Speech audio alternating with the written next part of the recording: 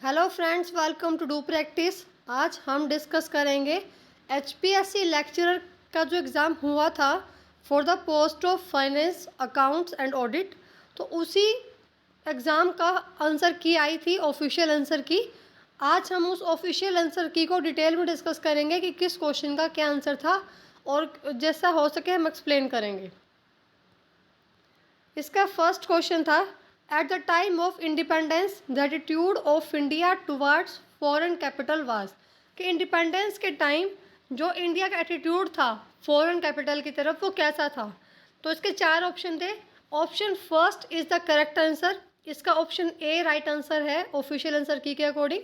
Option A of fear and suspicious, जो India का जो एटीट्यूड था फॉरेन कैपिटल की तरफ वो डरा हुआ और संदेहजनक था। वो इतनी मतलब ओपन नहीं थी इंडिया फॉरेन कैपिटल की तरफ इंडिपेंडेंस के टाइम। तो इसका आंसर ए है ऑफिशियल की के अकॉर्डिंग। सेकंड क्वेश्चन है हमारा, given below are two statements, one is labelled as assertion and reason का क्वेश्चन है हमारा।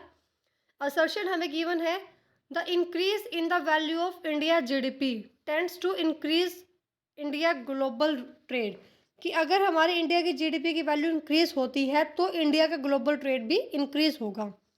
इसके पीछे रीज़न है कि as per the gravity model theory GDP is directly proportionate to trade and distance is inversely proportionate to trade, कि जो GDP है वो डायरेक्टली प्रोपोर्शनेट होती है ट्रेड के, और जो डिस्टेंस है वो इन्वर्सली प्रोपोर्शनेट होती है ट्रेड के, कि अगर जीडीपी डिस्टेंस हमारा बढ़ेगा तो फिर हमारा ट्रेड कम होगा, बट जीडीपी डायरेक्ट प्रोपोर्शनेट है। और अगर जीडीपी हमारा बढ़ रहा है, इंडिया का जीडीपी की वैल्यू बढ़ रही है तो ग्लोबल ट्रेड भी बढ़ेगा। तो इसका बिल्कुल असर्शन भी सही है और रीज़न भी सही है, और असर्शन रीज़न करेक्ट एक्सप्लेनेशन दे रहा है असर्शन की। तो इसका आंसर ए आएगा। Answer A is the right answer. Both A and R true and R is the correct explanation of A. उसके बाद क्वेश्चन नंबर थर्ड है, एक्स और वाई पार्टनर्स है विद द रेशो ऑफ 3:2। वो X और Y admit करते हैं as a partner Z for the 1/6 share. हमें न्यू रेशो कैलकुलेट करनी है। तो हमें इस क्वेश्चन में या तो ओल्ड पार्टनर्स की रेशो गिवन है या नए पार्टनर का शेयर। तो हम इसको कैलकुलेट करेंगे कि टोटल हमारे पास शेयर होता है 1, और रिमेनिंग शेयर आ जाएगा हमारे पास जेड का माइनस करने के बाद 1 - 1/6 इज इक्वल टू 5/6। तो जो 5/6 हमारे पास शेयर रह गया उसको हम डिस्ट्रीब्यूट करेंगे एक्स और वाई में। तो एक्स का शेयर आ जाएगा 3/5 × 5/6, और वाई का शेयर आ जाएगा 2/5 × 5/6, और जेड का हमारे पास शेयर है 1/6। तो इन तीनों को करने के बाद हमारे पास डायरेक्ट न्यू रेशो निकल के आ जाएगी एक्स वाई और जेड की। सिर्फ हमें ध्यान रखना है कि यहाँ पे हमें टोटल प्रॉफिट वाला यूज़ करना है, कि टोटल हमारे पास शेयर 1 है और रिमेनिंग शेयर हमारे पास 1 - 1/6 इज इक्वल टू 5/6 होगा, और वही डिस्ट्रीब्यूट होगा एक्स और वाई में। उसके बाद हमारा इसका आंसर आएगा राइट आंसर बी, इनकी रेशो आएगी 3:1। उसके बाद फोर्थ क्वेश्चन आता है, 500 equity shares of ₹100 each issued at ₹120, कि एक शेयर था वो ₹100 का था बट वो इशू हुआ है ₹120 में। तो इससे देखने से पता चल रहा है कि हमें जो ₹20 एक्स्ट्रा में इशू हुआ है वो क्यों हुआ होगा, ₹20 हमारे प्रीमियम के हो गए। आगे क्वेश्चन में गिवन है कि shares are forfeited for non payment of final call of ₹20, कि 500 शेयर्स 500 शेयर्स को हमने फॉरफिट किया है। क्यों किया है? For the non payment of final call, कि फाइनल कॉल की पेमेंट नहीं आई थी, ₹40 की फाइनल कॉल थी और उसकी पेमेंट ना आने की वजह से हमने उसको फॉरफिट किया है। And premium 20 is collected as a part of allotment money, premium के ₹20 थे वो अलॉटमेंट मनी के कलेक्ट हो चुके थे। तो हम क्वेश्चन पूछा गया है कि amount to be credited to share forfeiture account, कि शेयर फॉरफिचर अकाउंट में कितना अमाउंट क्रेडिट होगा। तो इसकी एंट्री होगी हमारी, कितना अमाउंट क्रेडिट होगा, 500 शेयर्स के ऊपर ₹40 तो नॉन पेमेंट के और ₹20 प्रीमियम के। तो ये हमारे हो गए 40 + 20, ₹60 पर शेयर हम फॉरफिट करेंगे। तो 60 × 500 इज इक्वल टू ₹30,000। तो इसका answer A is the correct answer. Official की के अकॉर्डिंग भी इसका ए करेक्ट आंसर आएगा। तो ए आंसर आएगा इसका, जिसमें 30,000 रुपीज़ है कि 30,000 रुपीज़ शेयर फॉरफीचर अकाउंट में क्रेडिट होगा। उसके बाद फिफ्थ क्वेश्चन है, इंडियन अकाउंटिंग स्टैंडर्ड 11 के according contract revenue to be measured at, कि हम कॉन्ट्रैक्ट रिवेन्यू को कैसे मेज़र करते हैं। तो इसका आंसर ए करेक्ट आंसर है कि fair value of considerations receives and receivable, कि जो भी कंसिडरेशंस रिसीव की फेयर वैल्यू होगी उसी पर हम मेज़र करेंगे। उसके बाद question number 6, alpha acquired beta, market price of beta है 20 rupees per share and earning per share है हमारे पास 5 rupees for an exchange ratio of 1.5:1। What was the PE ratio used in acquiring beta, कि जो beta जब acquire किया गया था तो उस टाइम क्या पीई रेशो रहेगी। तो हम इसका फॉर्मूला अप्लाई करके इसका आंसर आएगा option D is the correct answer. इसका आंसर आएगा D, option number D 6 answer आएगा इसका। उसके बाद क्वेश्चन नंबर 7 है, the central and state pollution control boards have been established under कि जो किस बोर्ड के अंडर ये इस्टेब्लिश हुआ था। तो इसका option answer number C correct answer आएगा इसका, the water act 1974, water prevention and control of pollution act 1974 correct answer आएगा इसका C is the correct answer. उसके बाद क्वेश्चन नंबर 8 है, arrange into chronological order on the basis of development, कि हमें जिस तरह से डेवलप हुए थे ये लॉ, हमें उस तरीके से इनको क्रोनोलॉजिकल ऑर्डर में अरेंज करना है। तो सबसे पहले हमारा लॉ आया था लॉ ऑफ डिमांड। सबसे पहला लॉ है लॉ ऑफ डिमांड। जब आप इकोनॉमिक्स पढ़ते हैं सबसे पहला लॉ हम लॉ ऑफ डिमांड पढ़ते हैं। लॉ ऑफ डिमांड के बाद हमारा लॉ आया था law of diminishing marginal utility, first के बाद थर्ड। उसके बाद हमारा law of diminishing marginal utility के बाद आया था हमारा लॉ ऑफ इनडिफरेंस, और लॉ ऑफ इनडिफरेंस के बेस पे हमने बनाया था इनडिफरेंस कर्व। तो उसके बाद 5 नंबर, और उसके बाद 4th नंबर आएगा रिवील्ड प्रेफरेंस कर्व। तो इसका ऑप्शन सी है वो करेक्ट आंसर आएगा। Option C is the correct answer. First, then third, second, fifth, fourth, ये उसकी सीक्वेंस बनेगी, ऑर्डर बनेगा 8th क्वेश्चन का। C is the correct answer. उसके बाद क्वेश्चन नंबर 9 है, according to the principle of diminishing marginal rate of substitution choose the correct statement, कि diminishing marginal rate of substitution का प्रिंसिपल के according कौन सी स्टेटमेंट करेक्ट है।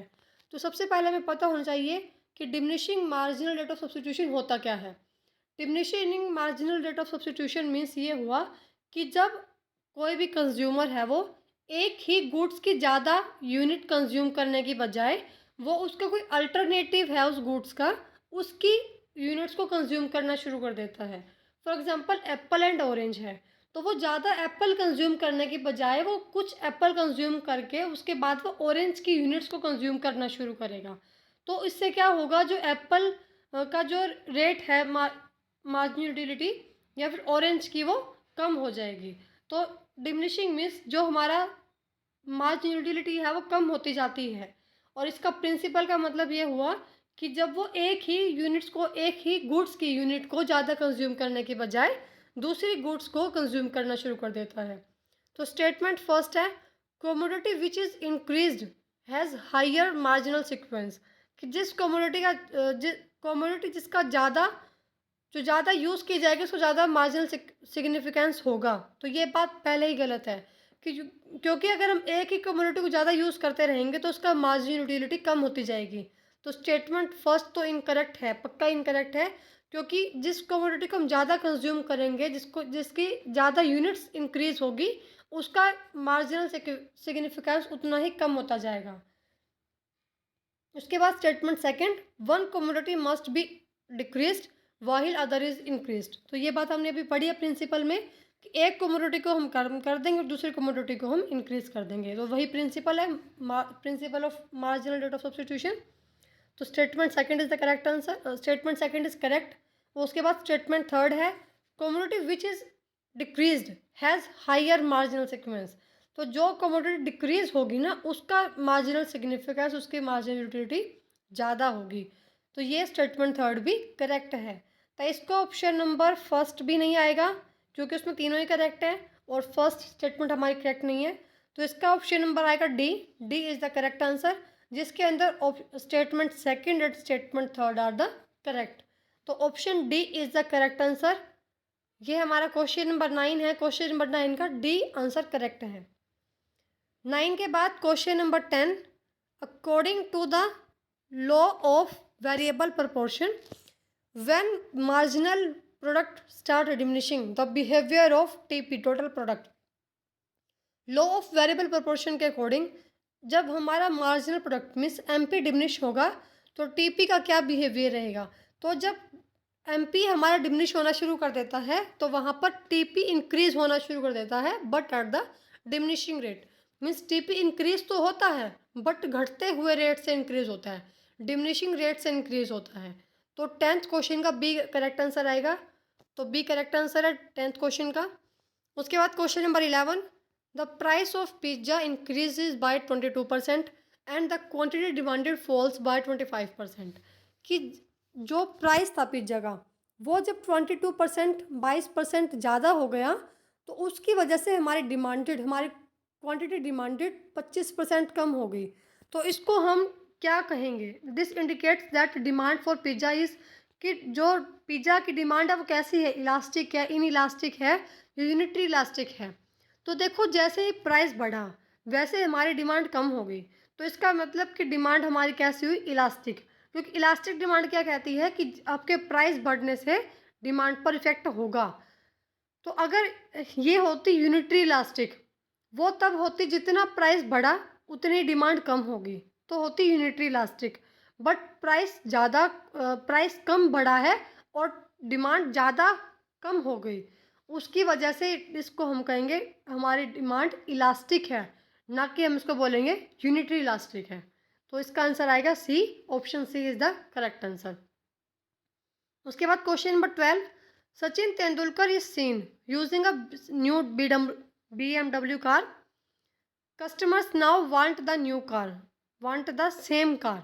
कि सचिन तेंदुलकर ने BMW कार को यूज़ करना शुरू किया तो कस्टमर्स का भी वही रुझान हो गया, कस्टमर्स भी वही कार चाहते हैं। तो इसको हम क्या कहेंगे, कौन सी डिटर्मिनेंट है जो डिमांड को इफेक्ट करेगा। तो इसका आंसर आएगा ए, कि यहाँ पर कंज्यूमर का टेस्ट चेंज हो रहा है। जैसे सचिन तेंदुलकर ने BMW कार ली तो कस्टमर्स का भी BMW कार की तरफ ही रुख पलट गया। तो जिसकी वजह से क्या हुआ कि उनका जो है टेस्ट चेंज हो गया। देखो ऑप्शन बी इसमें आएगा नहीं, क्योंकि सचिन तेंदुलकर की कार लेने से ये तो है ना कि कस्टमर्स की इनकम में चेंज आ गया। तो कस्टमर की इनकम तो पहले भी वैसी थी, आज भी वैसी है। मीन्स बी ऑप्शन तो हमारा डिलीट हो गया। Option number C, change in consumer price expectation, तो वो भी नहीं हो सकता क्योंकि प्राइस में तो कुछ इसमें रोल ही नहीं है, तो वो भी डिलीट हो गया। And option number D, change in price of substitute goods, कि ऐसा भी नहीं है कि कस्टमर्स ने BMW कार इस वजह से चाही क्योंकि दूसरी कार्स के प्राइस ज़्यादा हो गए थे, तो ऐसा भी कुछ इसमें नहीं लिखा हुआ। तो option number C D delete हो गया। तो एक ऑप्शन बचता है हमारे पास, कस्टमर का टेस्ट चेंज हो गया सचिन तेंदुलकर की कार को देख के। मीन्स जैसे उसने कार यूज़ करनी शुरू की, उसने देखी तो कस्टमर्स ने भी वही कार यूज़ करनी चाहिए। तो इसका option number A is the correct answer, कि कस्टमर का टेस्ट में चेंज आ गया, change in consumer taste. Option A is the correct answer. उसके बाद option question number 3, the bond denominated in dollars issued by non US bank in USA are called, कि वो bond जो dollar में issue होते हैं और नॉन US बैंक से इशू होते हैं तो उसको हम बोलते हैं यांकी बॉन्ड्स।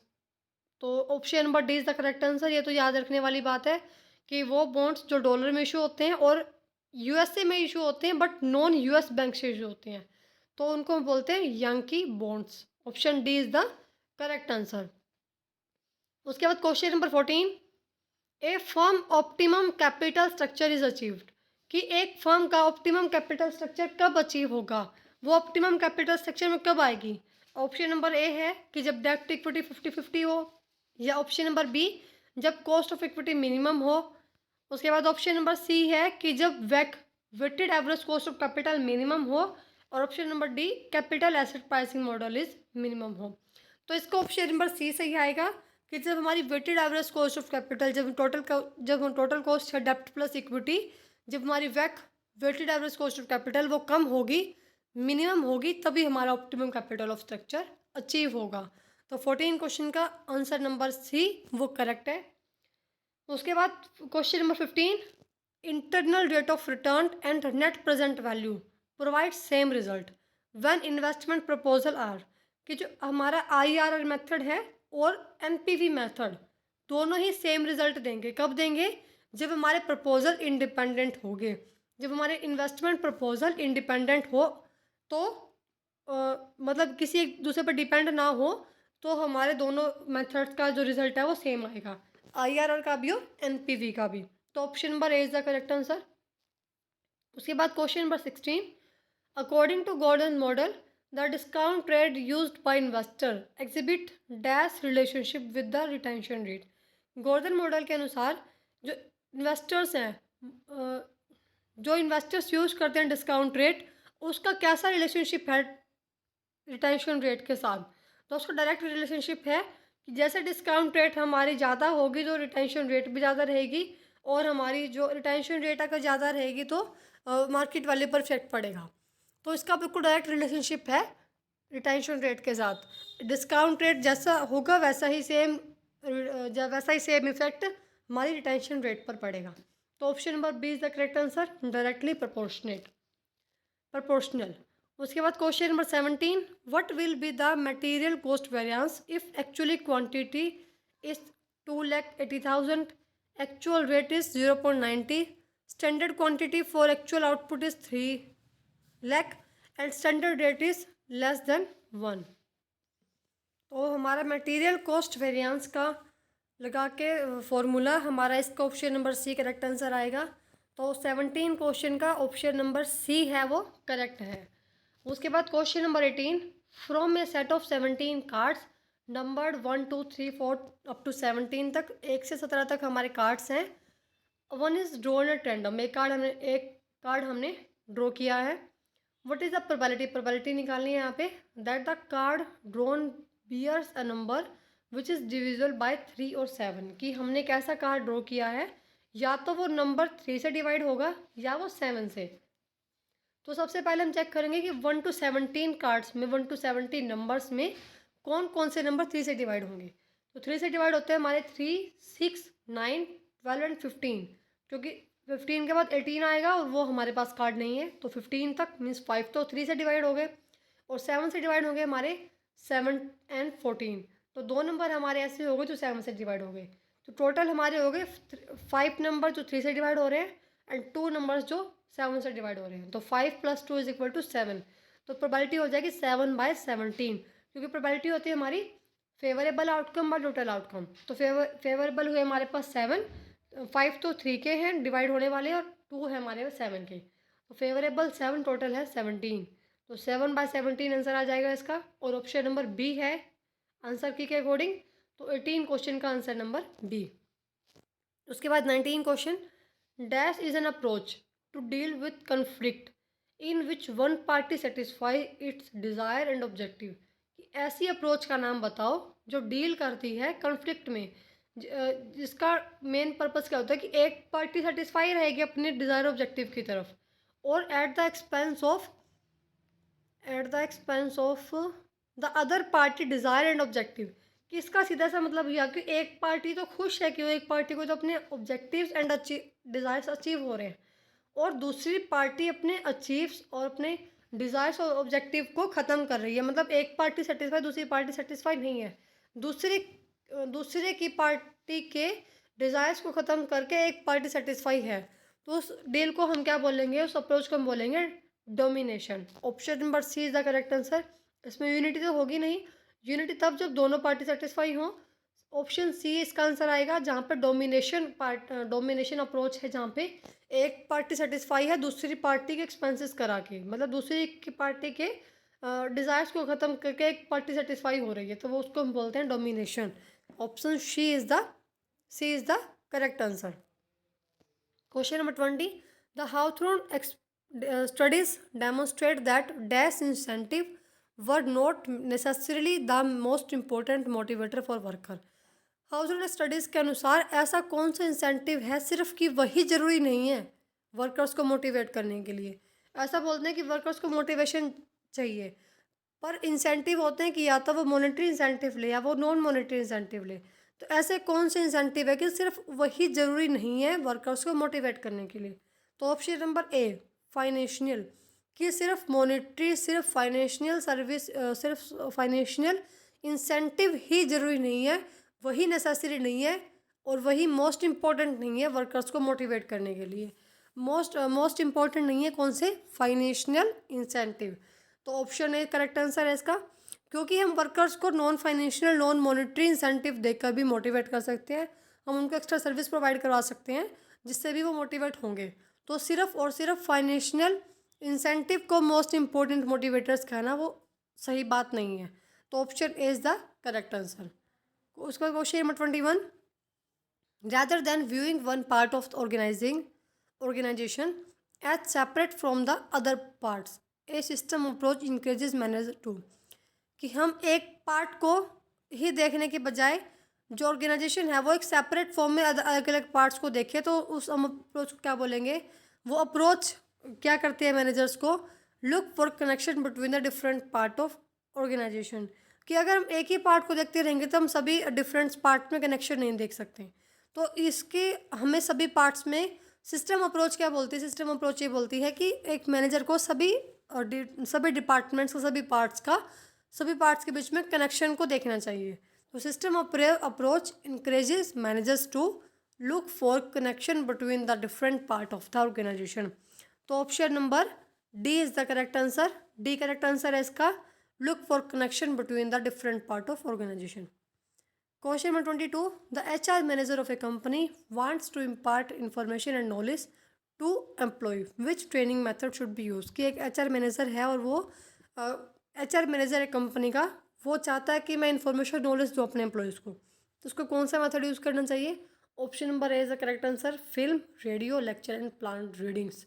उसको वीडियोस प्रोवाइड करने चाहिए, उसको लेक्चर्स प्रोवाइड करने चाहिए ताकि वो उनको अच्छी ट्रेनिंग दे सके। उसके बाद question number 23, Alderfer ERG theory collapses Maslow 5 need into 3, कि कौन सी 3 नीड्स में डिवाइड किया है ERG थ्योरी ने। तो वो फर्स्ट है एग्जिस्टेंस, रिलेटेडनेस एंड ग्रोथ। तो option number B is the correct answer. Question number 23 option number B correct answer है। Question number 24, the first ever organized attempt at establishing a set of corporate governance guidelines was इन।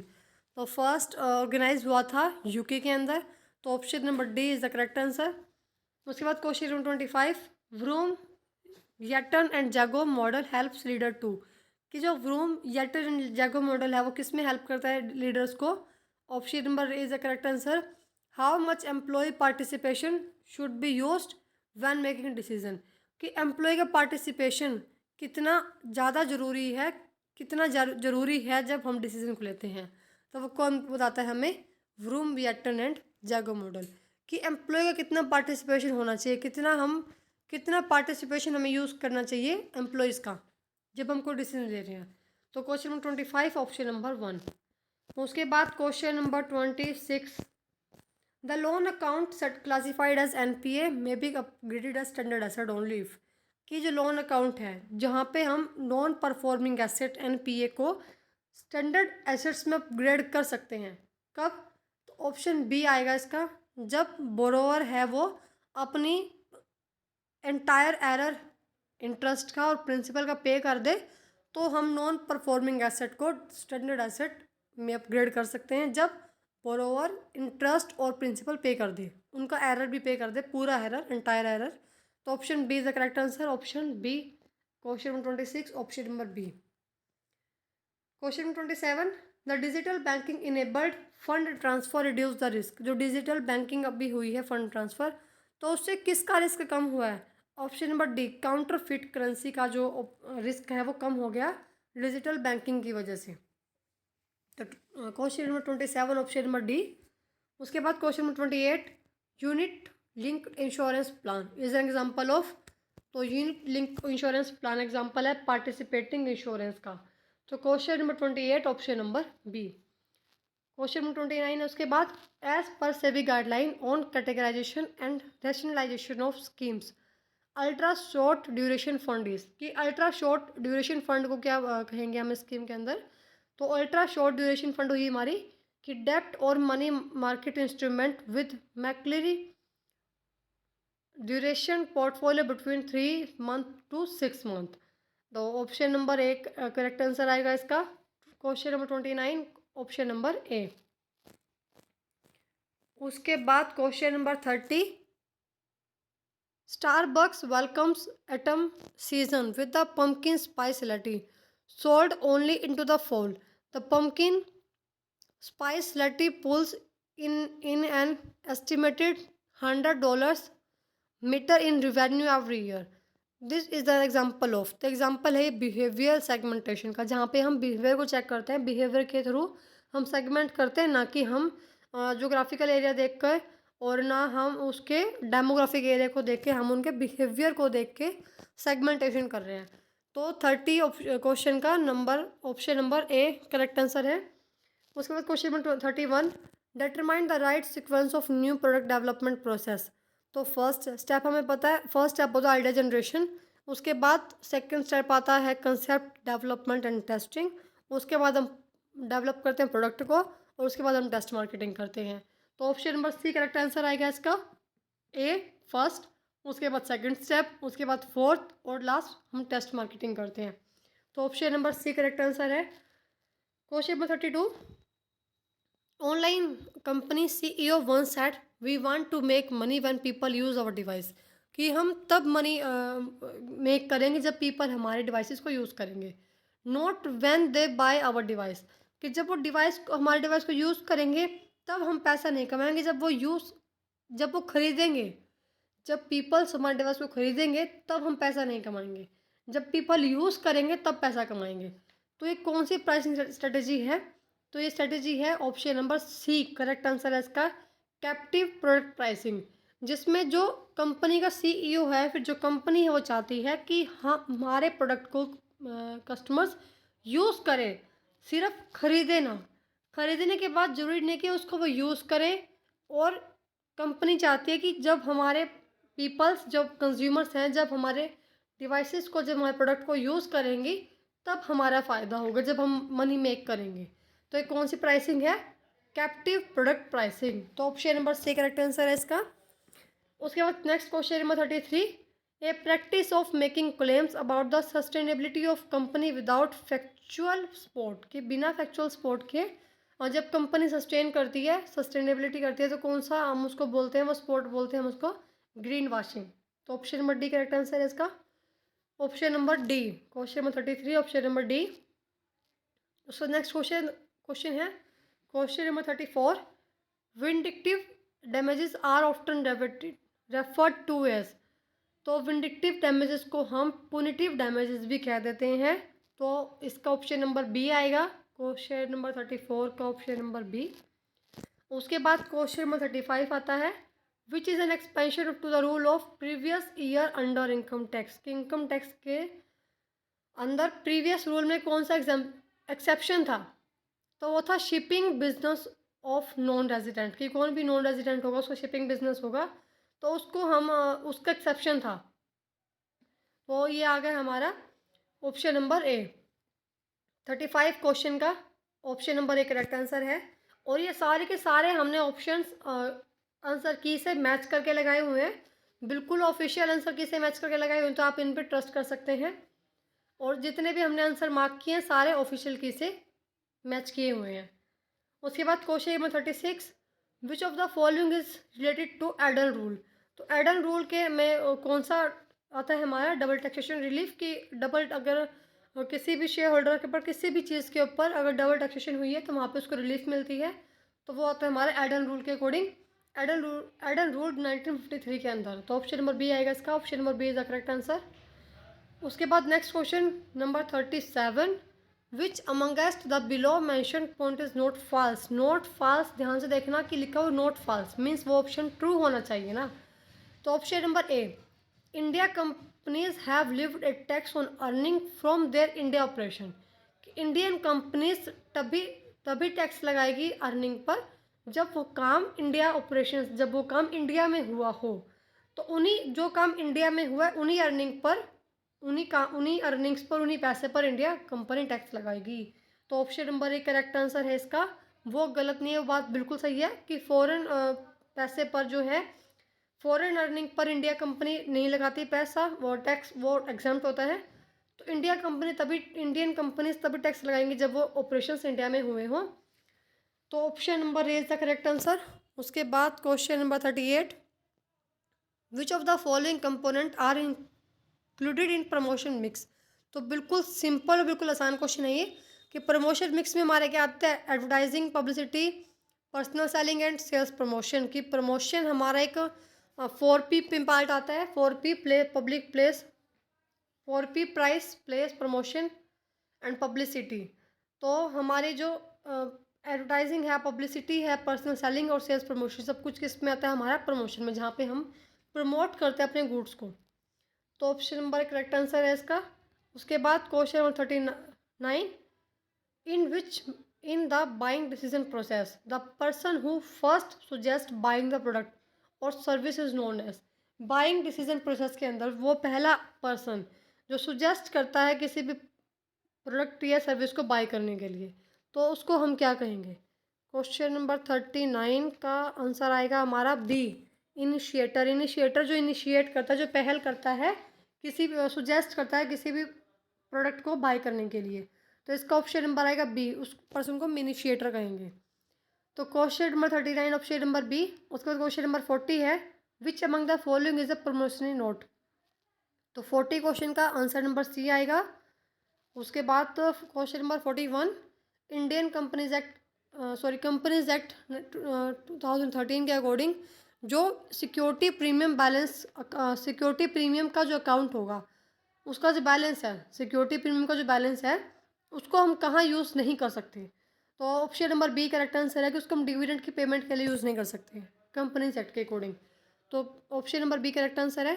उसके बाद question number 42, under the IT act, information technology act 2000, what is the punishment of hacking computer. की जब कोई computers की hacking होती है तो वहाँ पे क्या पनिशमेंट होती है IT एक्ट के according.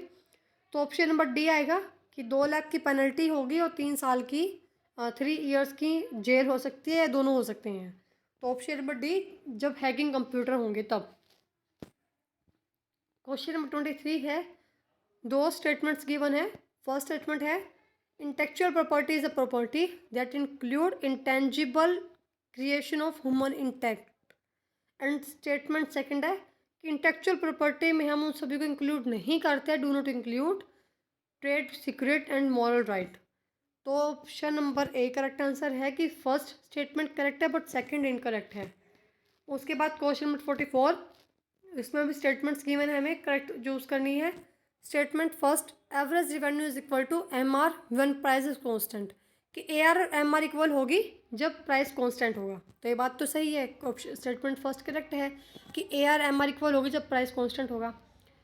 Statement second, when price is constant revenue earn from each additional unit is equal to average revenue. तो ये बात भी सही है कि जितनी एडिशनल यूनिट हम अर्न करेंगे उसका रिवेन्यू एवरेज रिवेन्यू के इक्वल होगा।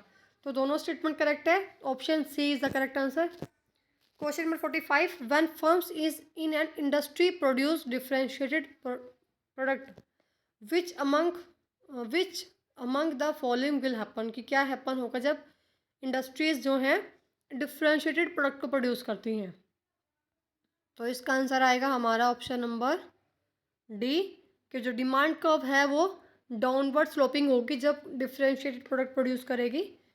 तो option number D correct answer है। उसके बाद क्वेश्चन नंबर 46, XYZ को लिमिटेड है, वो usage A high price and high promotion policy for its business.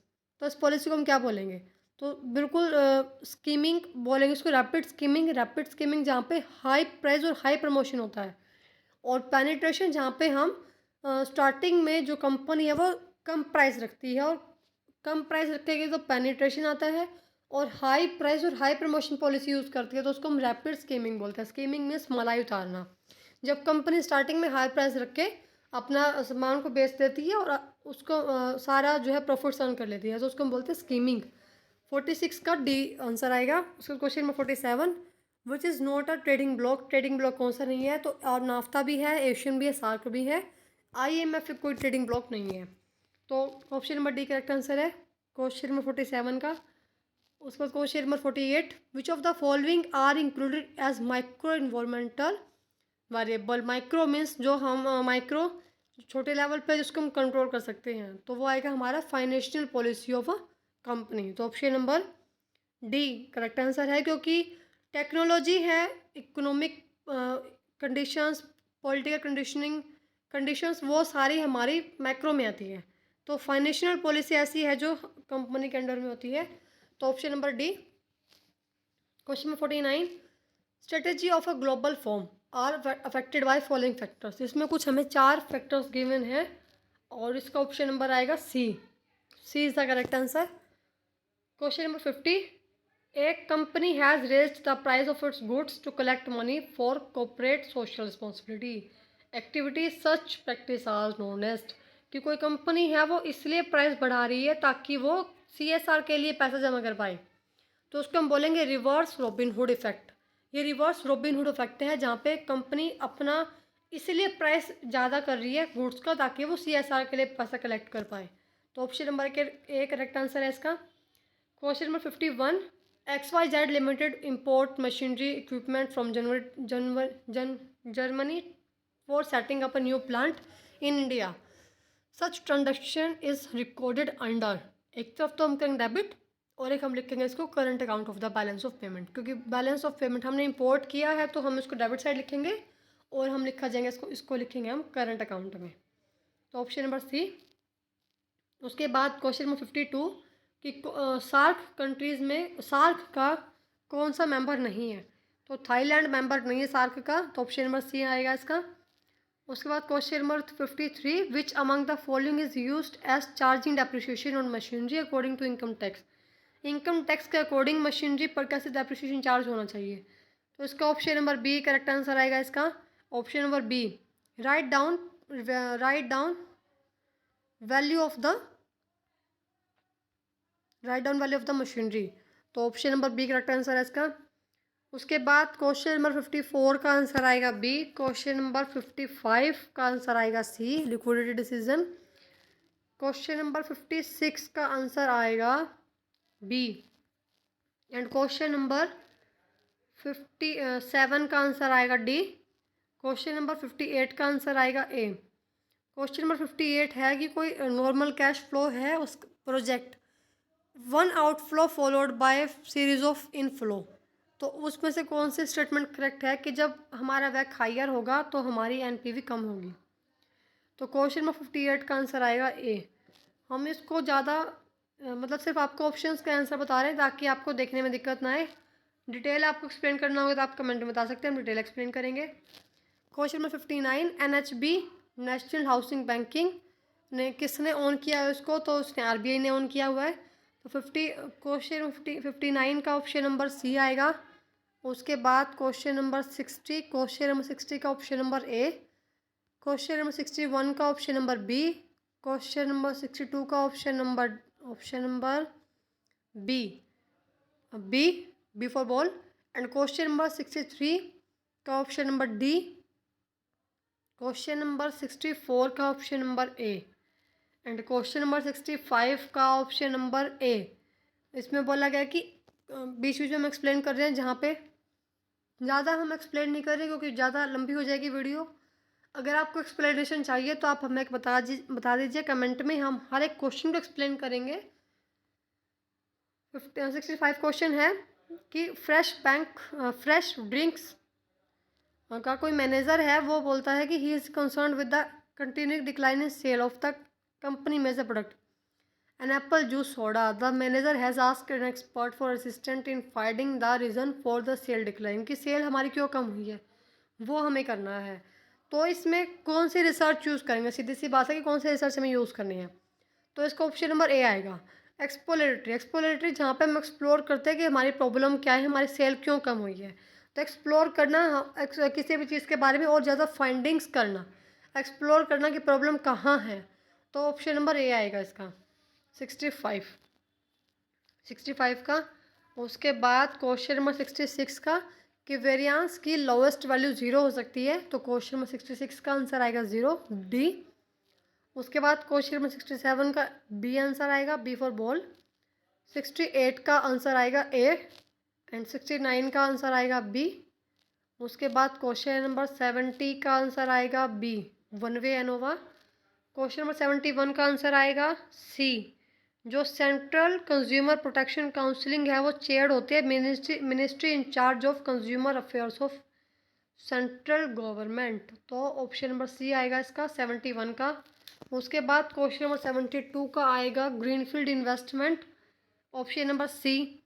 उसके बाद 73 क्वेश्चन का आएगा ऑप्शन नंबर डी। उसके बाद क्वेश्चन नंबर 74 का आंसर आएगा हमारा option number B. Question number 75 का आंसर आएगा option number A, internal control. Question number 76 का आएगा हमारा option number D, A R negative होगी बट एम आर नहीं होगी। क्वेश्चन नंबर 77 का ऑप्शन नंबर सी आएगा। क्वेश्चन नंबर 78 का ऑप्शन नंबर ए आएगा। क्वेश्चन नंबर 79 का option number D. Question number 80 का ऑप्शन नंबर डी, 79 का भी डी एंड 80 का भी डी है। क्वेश्चन नंबर 81 का है बी, 81 का बी आंसर है। और 82 का है डी, 83 का है B, span of management. And 84 का है ऑप्शन नंबर सी, 84 का सी है। एंड 85 का है option number D, directing. Question number 86 का ऑप्शन नंबर ए, कलेक्टिव बार्गेनिंग, जहाँ पे नेगोशिएशन होते हैं, जहाँ पे इम्प्रूव होते हैं इंडस्ट्रियल रिलेशनशिप एम्प्लॉयर और एम्प्लॉय के बीच में, तो ऑप्शन नंबर ए आएगा 86 क्वेश्चन का। 87 क्वेश्चन का आंसर आएगा answer number D, option number D is the correct answer. उसके बाद ऑप्शन क्वेश्चन नंबर 88, उसका आंसर आएगा डी, कि जो मनी मार्केट है वो शेयर्स में डील नहीं करती, वो ट्रेजरी बिल में डील करती है, सीपी में डील करती है, सर्टिफिकेट ऑफ डिपॉजिट में डील करती है, बट शेयर्स में डील नहीं करती। तो क्वेश्चन नंबर 88 का option number D. Question number 89 का option number C. Question number 90 का option number D. Question number 91 का ऑप्शन नंबर बी।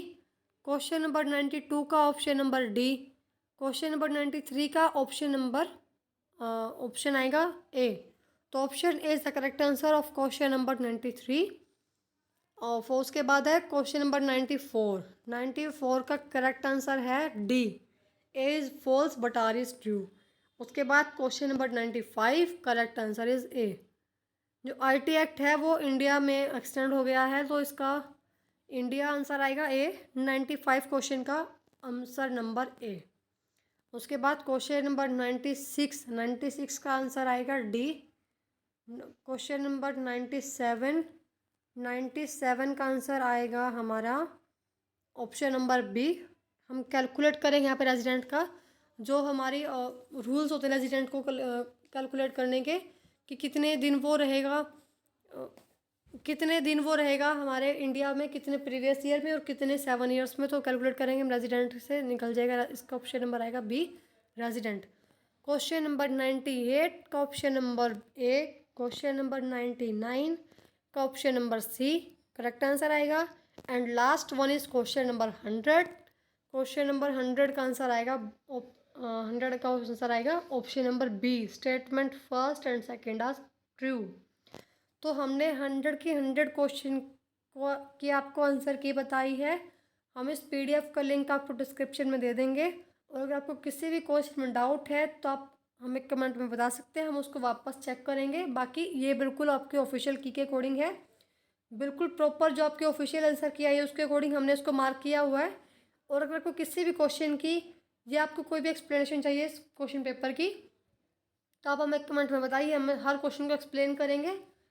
हम 10 क्वेश्चन को एक्सप्लेन करेंगे, अगर आप कहेंगे तो आप हमें कमेंट में बता सकते हैं। और जहाँ तक पॉसिबल होगा हम ज़्यादा से ज़्यादा इन्फॉर्मेशन कलेक्ट करेंगे एक क्वेश्चन की, ताकि आपको आगे के लिए भी हेल्प मिले उस क्वेश्चन के लिए। तो अगर आपको हमारी वीडियो पसंद आई है तो वीडियो को लाइक करें, शेयर करें एंड कमेंट करें, और वीडियो को हमें कमेंट में बताएं कि आपको वीडियो कैसी लगी। और अपने स्कोर्स ज़रूर से ज़रूर हमें कमेंट में बताइए कि आपको कितने स्कोर्स आए आउट ऑफ 100। और चैनल को सब्सक्राइब करें ताकि आपको आने वाली वीडियो की नोटिफिकेशन मिल जाए।